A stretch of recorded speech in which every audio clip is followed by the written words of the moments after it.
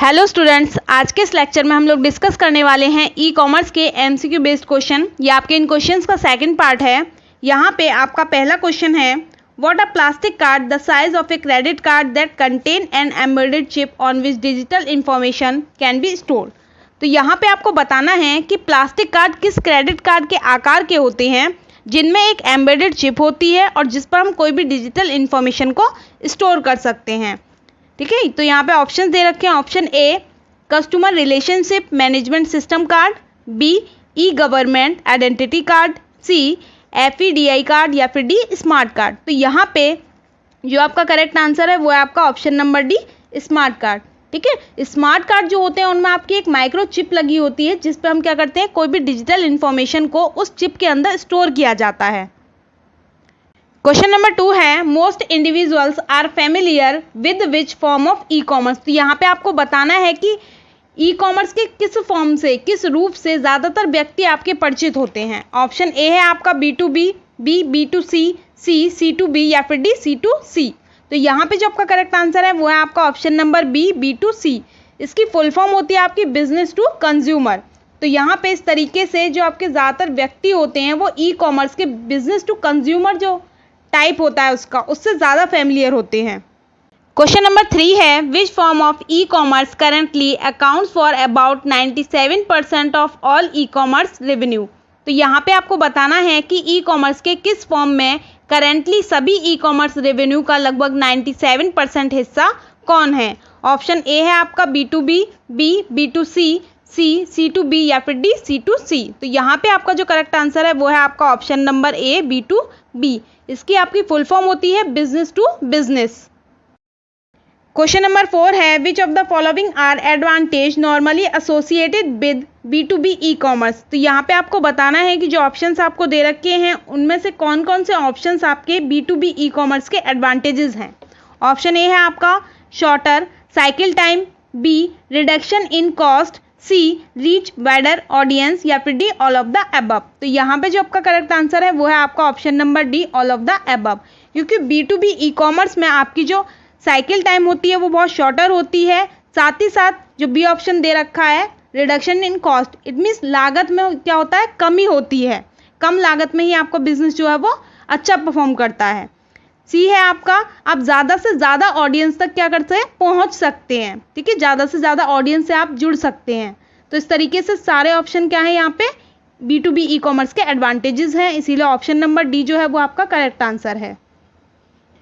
Question number 5 है, if the threat of substitute products और services is low it is an. तो यहाँ पे आपसे पूछा गया है कि यदि सब्स्टिट्यूशन प्रोडक्ट और सर्विसेज का जो खतरा है वो कम हो जाता है तो इसे हम क्या कहते हैं। Option A disadvantage to the suppliers, B advantage to the buyer, C advantage to the supplier या फिर D none of the above. तो यहाँ पे जो आपका करेक्ट आंसर है वो है आपका option number C advantage to the supplier. Question number 6 है, the trend of new entrants is higher when it is. तो यहाँ पे आपसे पूछा गया है कि मार्केट में नए प्रवेशकों की जो आने का खतरा होता है वो कब सबसे ज़्यादा हो जाता है। तो यहाँ पे ऑप्शंस दे रखे हैं आपको। Option A hard for customer to enter the market, it means customer जो होते हैं उनके मार्केट में एंट्री करना मुश्किल हो तब, या फिर B hard for competitors to enter the market, it means जो आपके कॉम्पिटिटर्स होते हैं उनका मार्केट में एंटर करना कठिन होता है तब, या फिर C easy for competitor to the enter the market, it means जो कॉम्पिटिटर्स होते हैं उनका मार्केट में एंटर करना आसान होता है तब ज़्यादा होता है, या फिर D easy for customer to enter the market, means customer का जो मार्केट में एंट्री होती है वो ईजिली हो जाती है तब होती है। तो यहाँ पे जो आपका करेक्ट आंसर है वो है आपका option number C easy for competitor to enter the market. कब सबसे ज़्यादा आपका जो एंटर्स होते हैं, मीन्स जो प्रवेशक होते हैं उनका मार्केट में आने का जो खतरा होता है वो कब सबसे ज़्यादा अधिक हो जाता है, जब आपका जो कॉम्पिटिटर्स होता है वो मार्केट में ईजिली एंटर कर जाता है। ठीक है। क्वेश्चन नंबर 7 है, if it is easy for competitors to enter the market the thread of new entrants is considered. तो यहाँ पे आपको बताना है कि यदि जो आपके कॉम्पिटिटर्स होते हैं उनके लिए मार्केट में एंटर करना आसान होता है तो आपके जो नए प्रवेशक होते हैं उनके खतरे पर किस तरीके से विचार किया जाता है। ऑप्शन ए है आपका हाई, बी लो, सी मोर या फिर डी लेस। तो यहाँ पे जो आपका करेक्ट आंसर है वो है आपका ऑप्शन नंबर ए हाई।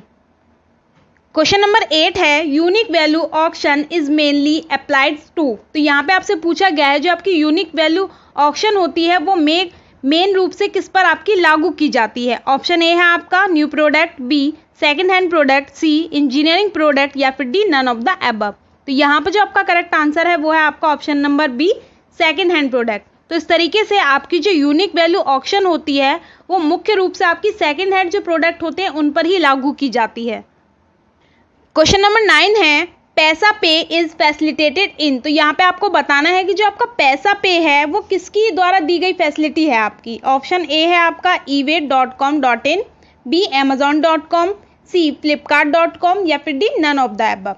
तो यहाँ पे जो आपका करेक्ट आंसर है वो है आपका ऑप्शन नंबर ए eWay.com.in।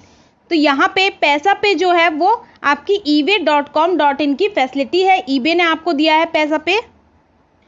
क्वेश्चन नंबर 10 है which of the following is a useful security mechanism when considering business strategies and IT. तो यहाँ पे आपसे पूछा गया है कि बिजनेस स्ट्रेटजीज और आईटी पर विचार करते समय जो ऑप्शंस आपको दे रखे हैं उनमें से कौन सा एक आपका यूजफुल सिक्योरिटी स्ट्रेटजी है। ऑप्शन ए है आपका इंक्रिप्शन, बी डिक्रिप्शन, सी फायरवॉल या फिर D all of the above. तो यहाँ पे जो आपका करेक्ट आंसर है वो है आपका option number D all of the above.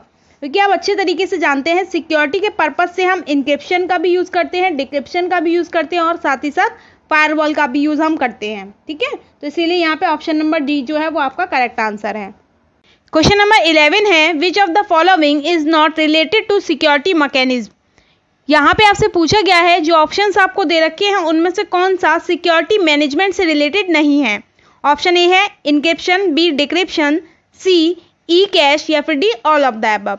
तो यहाँ पे जो आपका करेक्ट आंसर है वो है आपका ऑप्शन नंबर सी ई कैश। ठीक है, क्योंकि आप अच्छे से जानते हो ऑप्शन नंबर ए इंक्रिप्शन और ऑप्शन नंबर बी डिक्रिप्शन दोनों ही क्या है सिक्योरिटी मैकेनिज्म है, आपकी क्रिप्टोग्राफी का पार्ट है दोनों ही। ठीक है, क्वेश्चन नंबर 12 है ए प्रोडक्ट और service that customer have come to expect from an industry which must be offered by new entrants if they wish to compete and survive is known as. तो यहाँ पे आपसे पूछा गया है कि एक नया प्रोडक्ट या सर्विस जिसकी कस्टमर किसी इंडस्ट्री से अपेक्षा करते हैं जिसे नए प्रवेशकों द्वारा पेश किया जाना चाहिए यदि वे कॉम्पिटिटर मीन्स कॉम्पिटिट करना चाहते हैं और सर्वाइव करना चाहते हैं तो इसे किस रूप में जाना जाता है। ऑप्शन ए है आपका स्विचिंग कॉस्ट, बी है आपका लॉयल्टी प्रोग्राम्स, सी एंट्री बैरियर्स या फिर डी एफिलिएट प्रोग्राम। तो यहाँ पे जो आपका करेक्ट आंसर है वो है आपका option number C entry barriers. Question number 13 है which of the following statement accurately refer the impact of technology. तो यहाँ पे आपसे पूछा गया है कि जो ऑप्शंस आपको दे रखे हैं उनमें से कौन सा स्टेटमेंट टेक्नोलॉजी के इम्पैक्ट को शो करता है। ऑप्शन ए है आपका यहाँ पे technology has caused buyer power to increase. It mean जो आपकी टेक्नोलॉजी होती है वो आपके जो वायर्स होते हैं उनकी पावर को इंक्रीज कर देती है। Option B technology has less the entry barrier for many industries. It mean जो आपकी टेक्नोलॉजी है वो कई इंडस्ट्रीज के लिए एंट्री बैरियर्स को कम कर देती है। See technology has increase the thread of substitute products and services. It means जो टेक्नोलॉजी ने क्या किया जो आपके सब्सटीट्यूट प्रोडक्ट्स होते हैं और सर्विसेज होते हैं उनके खतरे को भी बढ़ा दिया है या फिर D all of the above. तो यहाँ पे जो आपका करेक्ट आंसर है वो है आपका option number D all of the above.